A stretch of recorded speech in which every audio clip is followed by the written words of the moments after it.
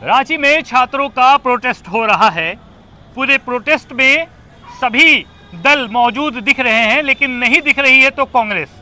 हमारे साथ इस विषय पर बात करने के लिए कांग्रेस नेत्री शिल्पी जी मौजूद है। शिल्पी जी, क्या वजह है कि कांग्रेस नजर नहीं आती? आपको मैं बताना चाहूँगी कि कांग्रेस डे फर्स्ट से इस प्रोटेस्ट के साथ है। जब से ये बापू वाटिका से वो प्रोटेस्ट शुरू किए थे और मैं खुद लगातार पिछले 24 तारीख से लेकर आज तक मैं यहाँ प्रेजेंट हूँ और इनकी गतिविधियों को भी देख रही हूँ। किस तरीके से छात्रों का मांग है और छात्रों का जो संघर्ष है वो मैं देखते आ रही हूँ। लेकिन साथ ही साथ मैं ये भी देख रही हूँ कि किस तरीके से छात्र जो है दो पार्टी में या बोलिए दो गुट में बट गई है। मैंने यहाँ जब हम लोग सुबह आए तो हमने भी देखा कि दो पंडाल लगे हैं। क्या एक कांग्रेस के और एक बीजेपी के हैं? कांग्रेस का तो मैं नहीं बोलूँगी, क्योंकि एक ऐसा देखने में आ रहा है, जबकि मेरा मानना यह है कि दोनों ही स्टूडेंट छात्र है, छात्रों के लिए संघर्ष कर रहे हैं। लेकिन देखने में भी आ रहा है और सुनने में भी आ रहा है कि एक जेएलके के हैं और एक में भी बीजेपी के हो गए हैं। कैसे ये, मतलब बीजेपी कांग्रेस का ये आरोप है कि बीजेपी के हो गए, या कोई साक्ष्य भी है जिससे आप कह रही हैं कि बीजेपी का? क्योंकि लगातार यहाँ पर जो नारे लगाए जा रहे हैं वो छात्र हित में लगाए जा रहे हैं और छात्र लगा रहे हैं। जिनसे हमारी बात हुई उन्होंने बोला कि हम छात्र हैं, जेपीएससी के स्टूडेंट हैं, एसएससी के स्टूडेंट हैं। फिर इसे कैसे समझा जाए या क्या समझा जाए कि कैसे समझा जाए कि ये बीजेपी के लोग हैं? बीजेपी के लोग आइडेंटिफिकेशन करने की ज़रूरत नहीं है, क्योंकि जो भी आपकी वीडियो से या बाकी न्यूज़ चैनल के माध्यम से जो लोग उन्हें पहचान रहे हैं, जो जान रहे हैं, उन्हें मुझे बताने की ज़रूरत नहीं है, मुझे आइडेंटिफाई कराने की ज़रूरत बिल्कुल भी नहीं है। हाँ, लेकिन डेफिनेटली यहाँ पर जो रियल छात्र है वो अपने मुद्दे को रख रहे हैं। बट मैं चाहती हूँ कि वो अपना मुद्दा जो है निखार कर लाए, किसी के दबे पे, किसी के बोलने पे अपने मुद्दे को ना लाए। जो उनका जेन्युइन मांग है, जो न्यायिक मांग है, उसे लेकर आए। डेफिनेटली सरकार यानी कांग्रेस नेत्री शिल्पी जी ये कह रही हैं कि झारखंड का जो छात्र प्रोटेस्ट है उसे बीजेपी ने हाईजैक कर लिया है।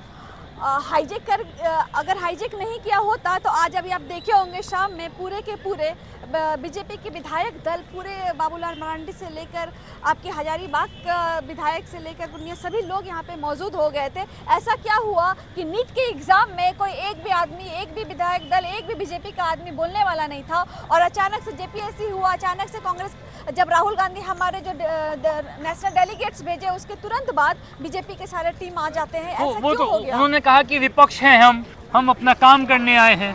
विपक्ष अगर आप है तो फिर डे फर्स्ट से क्यों नहीं थे आप? क्यों आप इन छात्रों का करियर खराब करने के लिए आए हैं? जब आप बाबूलाल मरांडी जी ने अपनी सत्ता पर जेपीएससी या जेएसएससी का जब घोटाला हुआ था, सीबीआई जांच हुआ था, तो आज तक फिर आपने उसका रिजल्ट क्यों नहीं जारी कराया? और आज वही सरकार है जो पलट कर सीबीआई की जांच की मांग कर रही है। तो आप ये जान सकते हैं कि कितना भ्रष्ट सरकार है, कि जिनके पास ईडी सीबीआई पॉकेट में रहता है, जिनके पास वॉशिंग मशीन वाले लोग जाते हैं, वॉशिंग मशीन में धुल कर वापस आते हैं। तो वैसे सरकार से हम लोग को क्या ही बोलना रहेगा। लेकिन फिर भी मैं बोलूँगी कि जिस तरीके से छात्र इतना संघर्ष कर रहे हैं, उनकी जो भी मतलब मांग है उसे पूरा करना चाहिए। जो भी न्यायिक मांग है उसे किसी के दबाव में आकर अपना मांग को यहाँ के छात्रों से जब हमारी मुलाकात हुई सुबह, तो उन्होंने बोला कि सीबीआई जांच की मांग हम कर रहे हैं, जो हमें नहीं मिल रही है, उसके बदले सीआईडी जांच की जाइए।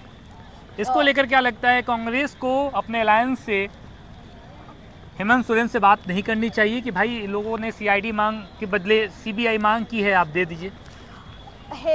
अगर मैं बताना चाहूँ तो माननीय जी का भी और हम लोगों का भी ये आ चुका है बात कि अगर सीआईडी की जांच जो है 2-3 हो चुका है, जिसमें से 18 लोग और आज और कुछ और लोग, मतलब लगभग 25 लोग को अरेस्टिंग किया गया है। और सीबीआई की जो मांग चल रही है, तो जो हमारा मांग है कि जो पहले जेपीएससी जेएससी का जो भी मांग हुआ था, जो पूरा अभी तक नहीं आ पाया है, तो क्या आगे जो आने वाला कल का जो रिजल्ट अभी हम लोग जो 25 लोग को पकड़े हैं, क्या सीबीआई इसे तुरंत निष्पक्ष जांच करके दे पाएगी?